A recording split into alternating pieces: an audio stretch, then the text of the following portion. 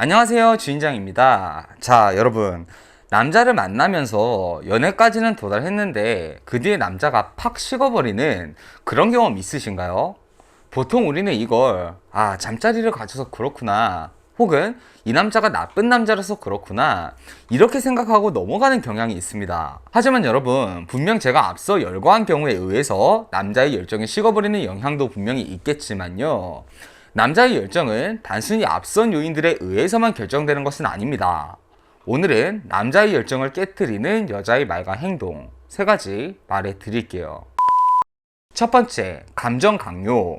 사람마다 사랑에 빠지는 속도와 연애에 임하는 초기 형태는 나름대로의 차이가 있습니다.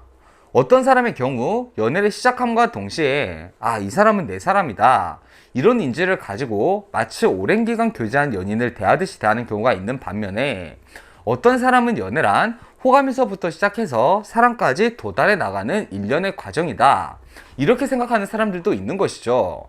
그런데 내가 감정이 빨리 도달했다고 해서 상대방에게 이런 감정 강요를 하는 사람들도 있습니다. 나 사랑해? 혹은 당신은 누구 거야? 이런 식으로 상대방에게 나에 대한 감정을 가지라고 강요를 하는 것이죠. 물론 이런 질문들을 통해서 확인받고 싶은 그 마음에 대해서 잘못됐다, 이렇게 표현할 수는 없어요. 하지만 여기서 남자의 열정을 쉽게 만드는 이 트리거가 작동하게 되는데, 하나는 남자가 연애에서 성취해 나가는 성취감에 제약이 생깁니다. 남자 입장에서는 처음에 여자가 자신에게 호감을 가지게 하는 것부터 해서 연애를 선택하게 만드는 거, 그리고 나아가서는 더 가까워지고 최종적으로는 안정적으로 이 사람이 나를 온전히 사랑하게 만드는 이런 일련의 과정을 하나하나에 마치 그 스테이지처럼 인식하는 경향이 있는데, 내가 먼저 이런 감정 강요 등과 직설적인 표현들이 너무 과한 경우에 남자 입장에선 마치 게임에서 이 치트키를 친 것처럼 금방 그 과정에 대해서 이루다 보니까 이 열정이 식어버리는 경우가 생길 수가 있는 것이죠. 그리고 또 하나의 경우는 남자의 죄책감을 동반한 이 부담감을 느끼게 만드는 경우가 있습니다. 지금 이 남자는 나를 파악하고 정말 온전하게 이 사람을 사랑해도 되는 사람인지를 판단해 나가고 있는 과정인데, 이런 감정 강요는 상대방에게 마치 사귄다면 이렇게 해야 해, 이런 기준을 제시하고 이 기준을 지키지 않으면 넌 나쁜 남자야, 이런 식의 압박을 주는 것이 되는 거거든요.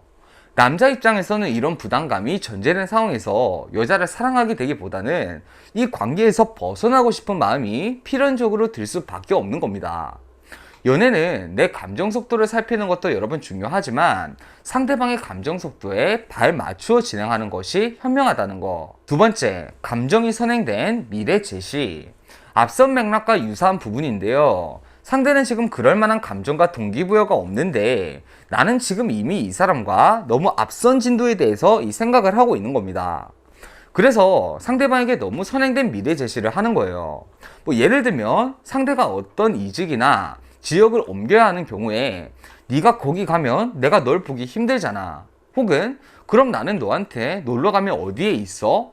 이런 식으로, 물론 여러분 여자친구 입장에서는 충분히 물어볼 수 있는 것이기도 하지만요, 상대 입장에서는 아직 우리가 이런 환경적인 제약을 신경 쓸 만큼 서로가 깊은 관계는 아니다, 이런 생각을 하고 있는 상황에서 이런 질문은 미래에 대한 불안감을 생기게 만듭니다. 얘를 만나면 내가 내 자유로움에 대해서 어느 정도 구속을 받게 되려나? 이런 생각을 하게 만드는 것이죠. 이것 자체가 하나의 감정 강요라고 봐야 되는 겁니다. 또 다른 예시로도 이런 말을 흔하게 하잖아요. 우리 애는 몇 명 낳을까? 너는 신혼여행 간다면 어디로 가고 싶어?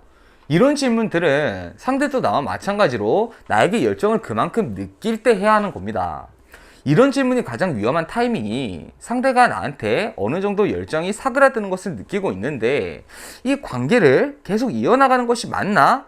이런 생각을 하고 있을 때 이런 질문을 하게 되면은요, 이게 도화선이 돼서 관계의 부담감을 느끼고 도망가 버리는 경우가 생길 수 있어요. 이런 상황 주의하실 필요 있겠습니다. 세 번째, 감정 파악을 위한 간접적 질문. 자, 이 정도까지 오면요, 여자들도 어느 정도 직감이 옵니다. 얘가 나한테 이게 마음이 있는 게 맞나? 얘가 혹시 나랑 연애를 선택한 것에 대해서 후회하고 있는 것은 아닌가? 이때부터 여자들은 모든 말과 행동에 제약이 생기게 되며 이 남자의 사소한 표현 하나하나에 과민하게 반응을 하기 시작하게 됩니다. 그때부터 여자들은 어떤 질문을 하기 시작하느냐, 이 남자의 감정을 간접적으로 파악하기 위한 질문 등을 합니다. 직접적으로 나에 대한 마음이 어떠냐 이렇게 물어보는 것이 아니라, 넌 나랑 같이 가고 싶은 데는 없느냐, 넌 나 생각하면 뭐 떠오르는 거 없어? 이런 식으로 직접적이지 않은 간접적인 질문을 던지기 시작해요.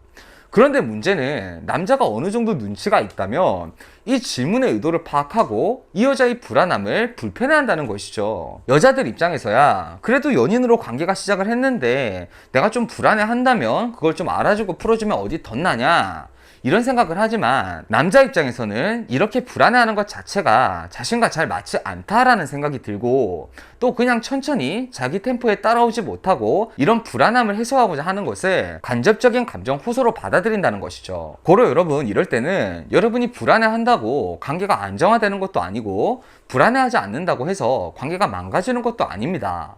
모든 관계에서는 이별이 올 수 있듯이 지금 이미 상황이 벌어졌다면 내가 상대의 감정을 확인하고자 하는 것보다는 물 흐르듯이 관계를 흐르게 내버려 두는 편이 더 낫습니다. 내가 불안해하는 모습을 보이면 보일수록, 애정을 원하는 모습을 보이면 보일수록 남자 입장에서는 열정이 사그러들고 관계의 흥미가 떨어지게 되는 겁니다. 자, 여러분, 오늘 이렇게 남자의 열정을 상실하게 만드는 여자의 말과 행동 3가지 정도 알아봤는데요. 무엇보다 오늘 중요한 것은 상대의 감정 상태를 파악하는 소양이 필요하다, 이거였던 것 같습니다. 연애는 앞서 말했지만 시작하는 형태가 사람마다 차이가 있을 수 있어요. 그리고 이 차이를 인정하고 상대방에 맞게끔, 내 마음은 좀 더 속도감이 붙어 있더라도 상대가 그렇지 않다면 그것을 조절할 줄 아는 것도 내가 나 스스로의 행복한 연애를 위해 필요한 소양이라고 정리할 수 있겠습니다. 자, 여러분, 오늘도 행복한 연애 하세요.